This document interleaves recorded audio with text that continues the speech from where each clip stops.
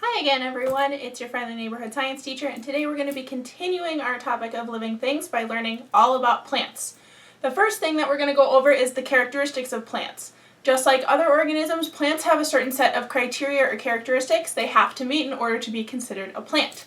The first characteristic of plants is that they are all autotrophs. This means that in order to get their energy, they use photosynthesis to get energy from sunlight and water. So autotrophs aren't going to be eating other organisms to get their energy, they make their own through sunlight. The second thing we need to know about plants is that they are all multicellular. We don't have any plants that are made out of a single cell, they all have multiple cells that are organized in a structure. The third thing about plants that we have to know is that they have a cell wall instead of a cell membrane. If you've learned about cells before, you'll know that a cell membrane is kind of soft and squishy and almost like a bubble, but a cell wall is more like a box. Because plants aren't moving around and their cells work differently, they have a more structured cell wall in order to protect the inside of the cell and to contribute to the organism's cellular structure.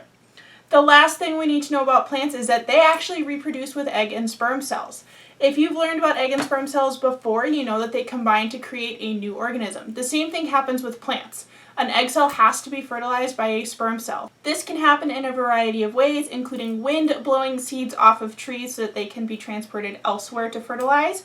But that fertilization can also happen because of animals that are passing those cells back and forth, including things like bumblebees and birds and butterflies. Now that we know the characteristics of all plants, we're going to start breaking them down into categories. Our two main categories for plants are vascular and non-vascular. Vascular plants have the ability to grow really tall, and they transport water from the roots up through a stem or a longer structure in the middle towards the top of the plant. Non-vascular plants have to stay really close to the ground because they don't have that ability to transport water up. So instead of growing taller, they will spread out on the ground. The last thing we're going to talk about with plants is the life cycle of the plant.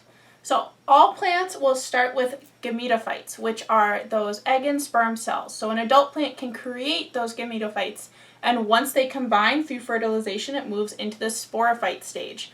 The sporophyte is a fertilized seed that can then be spread so that it can grow into an adult plant. When the sporophytes are being spread, that can also be spread by birds or bugs or whatever is passing that seed into a new place to grow.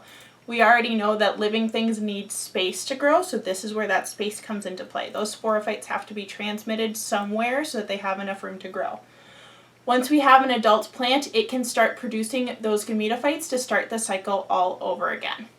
I hope that this helped you review some topics about plants. If you have more questions, as always, feel free to let me know, and I hope this video helped you out. Bye!